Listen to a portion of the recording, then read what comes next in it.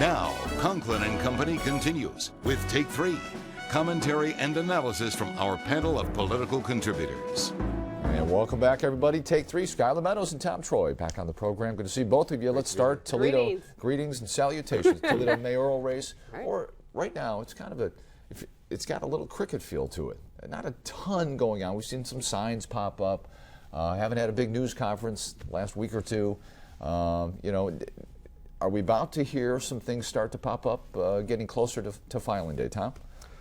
Well, yeah, we know who some of the major candidates are at this point, but there's still a couple more that might get in. Mike Collins, who is a city councilman, independent, a strong possibility that he'll get into the race this coming. Again? Yeah, he, of course, as you indicated, he ran 4 years ago. Right. He thinks he has a chance at it. He thinks there's an opening for a fresh-faced independent to be mayor. As you know, we've got Mayor Bell as an independent, then we've got Joe McNamara and Anita Lopez. They're both Democrats. And then there were 3 additional. And another one who might get in is Teresa Gabriel. And she was mentioned early, right? I mean, yeah. And so, I mean, Skylar, your impressions that Mike Collins might jump in again. And we had heard, we've always heard that, the councilman might get back in, but it sounds like it's becoming more and more probable. It's not surprising to me. He's been setting the tone for quite some time. If you notice, every time the mayor says something, 95% of the time or greater, Mike Collins has something to say. But that might not, I mean, that's happened regardless of who the mayor is. But you're still, past, right? Yeah, but you still need to get your name recognition up to, Joe and Joette, a voter. So that's one way to do it. Just, oppose the mayor or come out with a different plan. Maybe not just oppose. But I think the one thing that's very important is we're now going to have a larger field of candidates for mayor that have been elected to office, and everybody is going to be going for the same base. So this is going to be interesting to find out who solidifies the base in the primary, because only the top 2 go forward for mayor. What about campaign cash, Tom? What do you? Well, we've already seen fundraising going on. This past Thursday night, there was a fundraiser at the Teamsters Hall for Anita Lopez. If you happen to be like me, you drive down the Anthony Wayne Trail, you would have seen that long line of yellow signs for Lopez. This backing that she's getting from the unions is really critically important for her, because the party is officially neutral between her and Joe McNamara. So you don't see elected officials, people like party leaders like Pete Gherkin and officially neutral, Tina, but right. So they don't really come out. You don't see them at these events.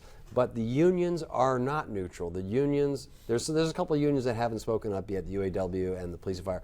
But some of the big unions are really coming out for Anita, and they're giving her a push, a huge push. What about the mayor's financial situation, his campaign? The mayor also had a fundraiser. It's a couple months ago now, raised $50,000 in one night. He's getting a lot of Republican backing, even more so than he got 4 years ago.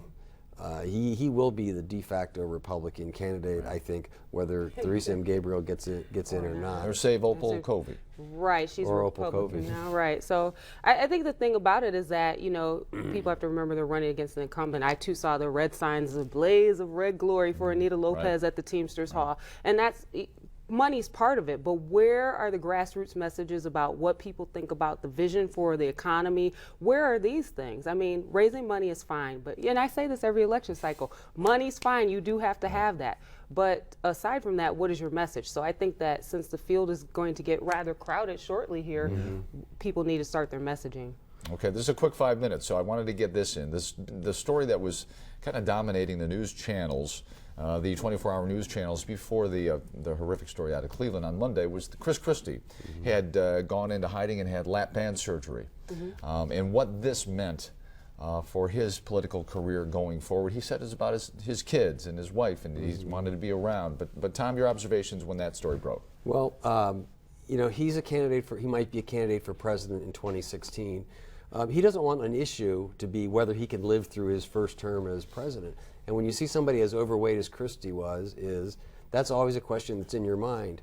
It's not just a question of having a little too much weight, it's a question of having an unhealthy amount of weight. Right. And it occurred to me that he could wind up facing our own Rob Portman, who's a very physical fitness oriented person. Yeah, in very, very good shape. Yeah, intensive. What you said, he cycles and does everything else. Yeah, he likes to row and bicycle. Yeah. Scott, the last word. You got 10 seconds. 10 seconds here. I hope that the candidates will do it for their safety and not just for appearances, because obesity is a problem in the United States, period. Well said. 10 seconds. Good job. Happy Mother's Day, everyone. Have a Happy great week. Mother's Day.